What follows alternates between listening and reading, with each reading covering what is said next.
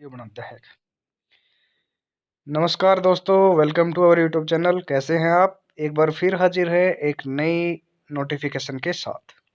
तो देखो भाई, ग्रुप डी के जो एम्प्लॉय है हरियाणा सरकार के अंदर, उनके लिए हरियाणा सरकार ने एक और नई खुशखबरी यहाँ पे डाली है।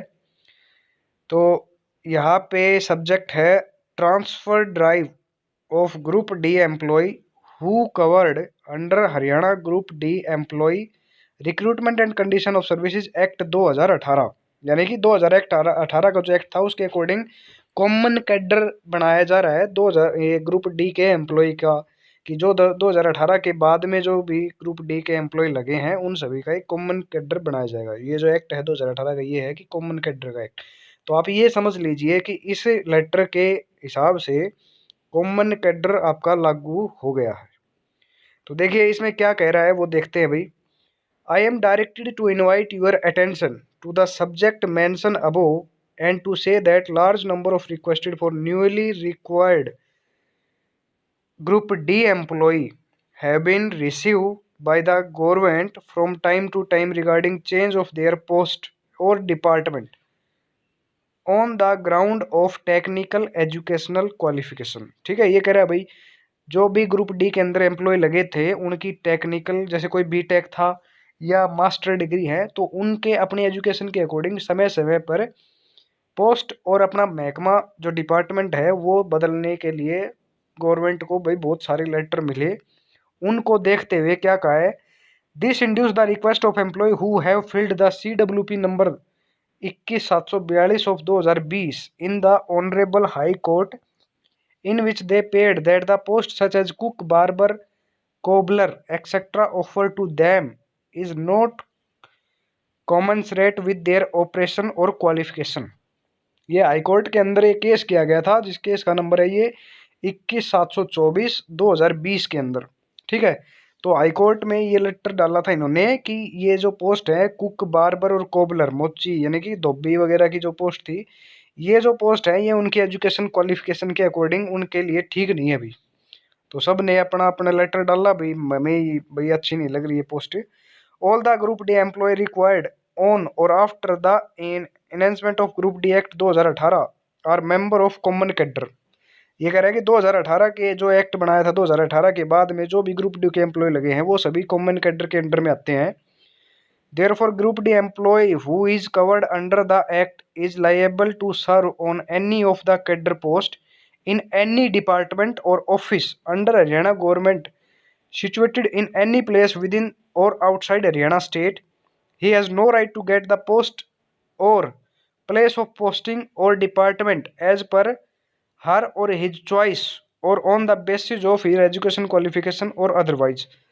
ये कह रहा है कि भाई हरियाणा गवर्नमेंट के इस एक्ट के अनुसार जो है ग्रुप डी के सभी एम्प्लॉय को अपनी खुद सी मन मर्जी से अपने डिपार्टमेंट चूज करने का और अपना ट्रांसफर करवाने का, मतलब खुद को अपना एक अधिकार है। जो डिपार्टमेंट है या हायर एजुकेशन, या मतलब कह सकते हैं कि जो भी कंसर्न डिपार्टमेंट है वो अपनी मन मर्जी से बिना उनकी चॉइस के अपने मन मर्जी से उनको डिपार्टमेंट नहीं दे सकते हैं। Keeping in view the circumstances of individual and family circumstances, government may take decision to transfer such Group D employee from one post to another within the same or any department station subject to available by the post। ठीक है भाई, तो इसके according act 2018 जो है इसके according आप अपना महकमा और अपनी पोस्ट अपनी जो भी पारिवारिक स्थिति है उसके अकॉर्डिंग, या परिवार के जैसे कोई दूर है भाई मान लो, तो वो अपने परिवार के नियर बाई अपनी बदली करवा सकता है। तो ये गवर्नमेंट भाई इस एक्ट के अकॉर्डिंग उनको करना पड़ेगा। Keeping in view the request of group D employ of common cadre, government has decided to initiate a transfer drive. ठीक है भाई, तो ये सारी जो ऊपर कंडीशन है इनको देखते हुए हरियाणा सरकार ने ग्रुप डी एम्प्लॉय का एक ट्रांसफर ड्राइव खोला है। तो ये देखो क्या है, interested person who want to participate in transfer drive shall have to exercise their choice of post or department directly on the web portal from March 1st 2021 to 15th March 2021 midnight तक। तो ये कह रहा है भाई जो भी interested candidate है 2018 के बाद में जो भी ग्रुप डी में कैंडिडेट लगे हैं उन सभी कैंडिडेट्स के लिए ये पोर्टल खुला है। तो वो सभी के सभी कैंडिडेट 1 मार्च 2021 से लेके 15 मार्च 2021 तक HSSC की जो ऑफिशियल वेबसाइट है उसके ऊपर आपको पोर्टल मिलेगा। वहां से अपने पोर्टल पे आप अपना मनपसंद डिपार्टमेंट और मनपसंद पोस्ट आप वहां पे भर सकते हैं। जो कैंडिडेट अपना डिपार्टमेंट चेंज करवाना चाहते हैं, अपनी पोस्ट चेंज करवाना चाहते हैं। ठीक है भाई। आगे कह रहा है no permission of the head of the department shall be required to participate on the said web portal. कि इस जो गिवन पोर्टल है इसमें भाग लेने के लिए आपको अपने डिपार्टमेंट के हेड ऑफ डिपार्टमेंट से भी कोई परमिशन लेने की जरूरत नहीं है कि भाई मैं इस पोर्टल में भाग लूँ या ना लूँ।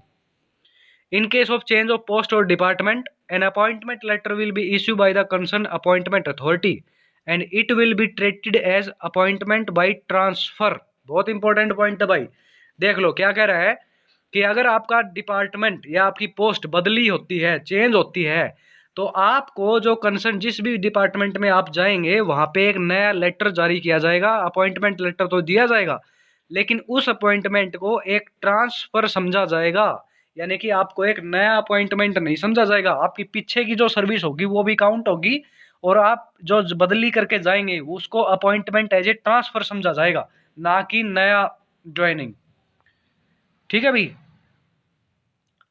The incumbent shall be placed at the bottom in the seniority list of the new department. However, seniority in the common cadre will remain unchanged and per combined merit list of HSC। ठीक है। तो जिस department में आप जाएंगे वहां पे जो कर्मचारी काम कर रहे हैं उस डिपार्टमेंट में, उस ऑफिस में तो आप सीनियरिटी लिस्ट में नीचे रहोगे, लेकिन हरियाणा सरकार ने जो ग्रुप डी एम्प्लॉय का कॉमन कैडर बनाया है उस कॉमन कैडर में 18,248 जो पोस्ट निकाली थी, जो लगाए थे कैंडिडेट, उनमें आपकी जो सीनियरिटी पहले थी वही सीनियरिटी बनी रहेगी भाई। उस सीनियरिटी में आपका कोई सीनियरिटी का लॉस नहीं होगा। ठीक है। It shall be the endeavour of the government to provide the choice of post or department but shall be subject to availability of post of the category to which the employ concerned belong. कह रहा है कि हरियाणा सरकार आपसे post or department भरवाएगी, लेकिन उसके लिए ये डिपेंड करता है कि आपका चेंज होगा या नहीं, कि आपने जो पोस्ट आपने भरी है वो पोस्ट अवेलेबल है या नहीं है।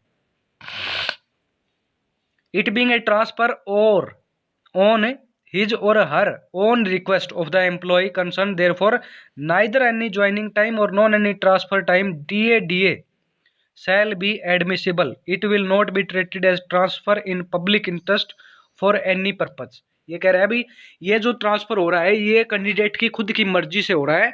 तो यहाँ पे जब आप बदली करवाएंगे तो आपको ज्वाइनिंग लेटर लेने के लिए हेड ऑफ डिपार्टमेंट भी जाना पड़ेगा और वहां से फिर आपको जो डिपार्टमेंट मिला है वहां पे ज्वाइनिंग करने के लिए भी जाना होगा।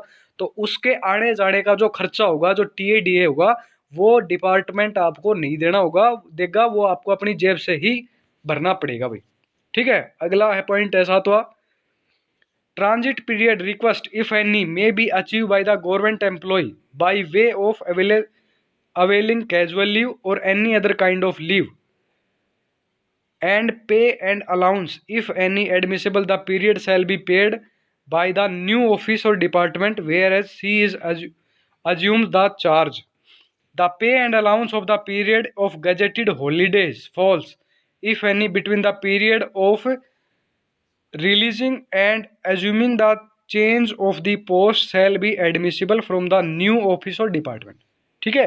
तो ट्रांजिट पीरियड कह रहा है कि पहले डिपार्टमेंट से रिलीव करके अगले डिपार्टमेंट में जाओगे, उस दौरान अगर आपकी कोई छुट्टी होती है या आप कोई कैजुअल लीव लेते हो तो उसकी जो सैलरी आपको मिलेगी, उसकी जो पे करेगा वो आप अगले डिपार्टमेंट में जहाँ पे जाएंगे वो अगला डिपार्टमेंट उसके लिए आपको पे करेगा भाई। मान लो यहाँ से किसी भी डिपार्टमेंट में आप काम कर रहे हो, वहां से रिलीव हो गए आप किसी भी डेट को, मान लो 10 तारीख को रिलीव हो गए वहां से, और अगले डिपार्टमेंट में ज्वाइन करने में आपको मान लो 18 तारीख लगी, तो 10 तारीख से 18 तारीख के बीच का जो पीरियड होगा उस पीरियड की जो सैलरी आपको मिलेगी वो आगे वाले डिपार्टमेंट में जहाँ पे आप जाएंगे वो 10 तारीख से ही आपको सैलरी देगा।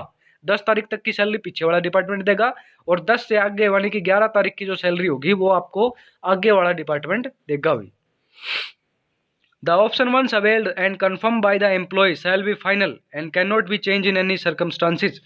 If the option is accepted in the transfer drive, the incumbent had be request to change the post of the circumstances within the prescribed period of 7 days so that the person transfer against such post may join his or her duty। कह रहा है कि अगर आपने transfer drive में अपना भाग लिया है तो अगर कोई पोस्ट अलॉट कर दी जाती है तो वो पोस्ट फिर आपकी किसी भी कंडीशन के अंदर चेंज नहीं होगी।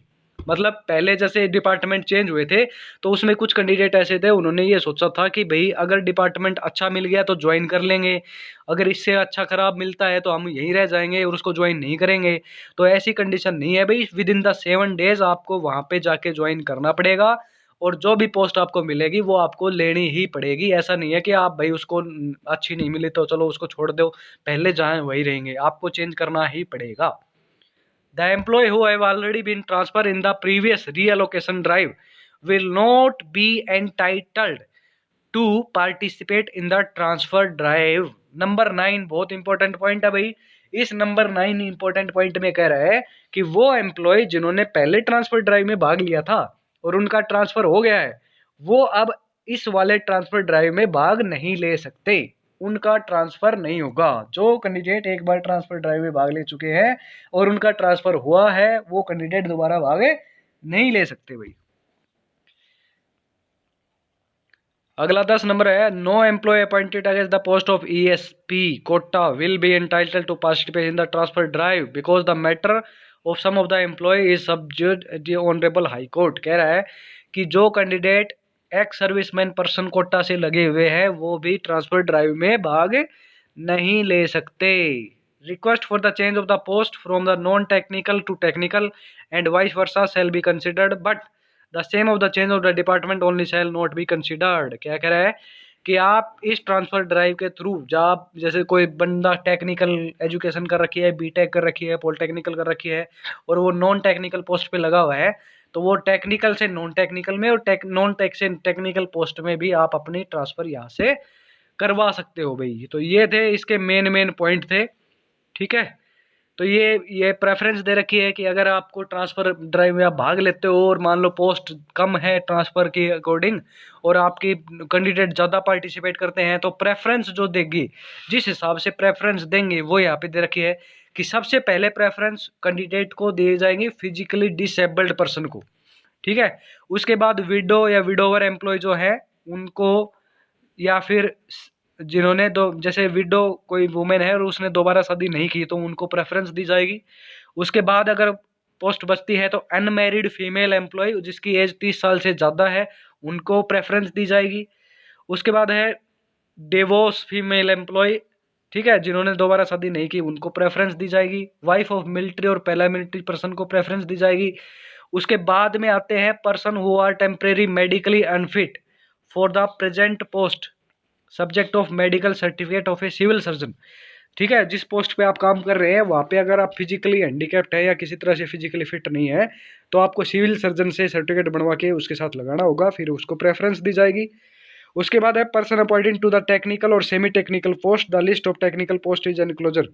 तो जो पर्सन टेक्निकल से नॉन टेक्निकल या नॉन टेक से टेक्निकल में जाना चाहते हैं तो उनके एजुकेशन के अकॉर्डिंग हो सकता है कि उनको कुछ प्रेफरेंस दी जाए। यहाँ पे एक अपेंडिक्स एनेक्स्चर ए है उसमें टेक्निकल पोस्ट की लिस्ट दी रखी है कि ये टेक्निकल पोस्ट है।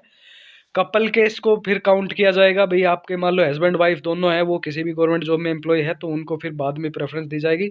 उसके बाद अगर प्रेफरेंस दे तो फीमेल एम्प्लॉय, जो भी फीमेल एम्प्लॉय है वर्किंग ऑन एनी पोस्ट उसको प्रेफरेंस देंगे। और सबसे लास्ट में प्रेफरेंस मिलेगी male employ working on any post, ठीक है भाई। तो ये सारी कंडीशंस थी ग्रुप डी के अंदर अभी जो दोबारा से ट्रांसफर ड्राइव खोला गया है उसके अंदर। तो ये भाई कोई भी जो ग्रुप डी का एम्प्लॉय है जो 18,248 में लगे थे, मतलब 2018 के बाद में ग्रुप डी में जो भी एम्प्लॉय लगे हैं वो अपना ट्रांसफ़र करवा सकते हैं, ठीक है। बाकी इसमें कंडीशंस आपको सारी बता दी गई है। मेन कंडीशन 9 नंबर पॉइंट पे ये थी कि जो एम्प्लॉय ऑलरेडी ट्रांसफ़र ड्राइव में भाग ले चुके हैं, जिनका ट्रांसफ़र ड्राइव पहले वाले में हो चुका है, वो इसमें भाग नहीं ले सकते भाई। 15 मार्च से लेके नहीं 1 मार्च से लेकर 15 मार्च तक ये पोर्टल खुलेगा, ध्यान रखना। 1 मार्च से 15 मार्च तक आप पोर्टल पे यहाँ पे अप्लाई कर सकते हैं भाई।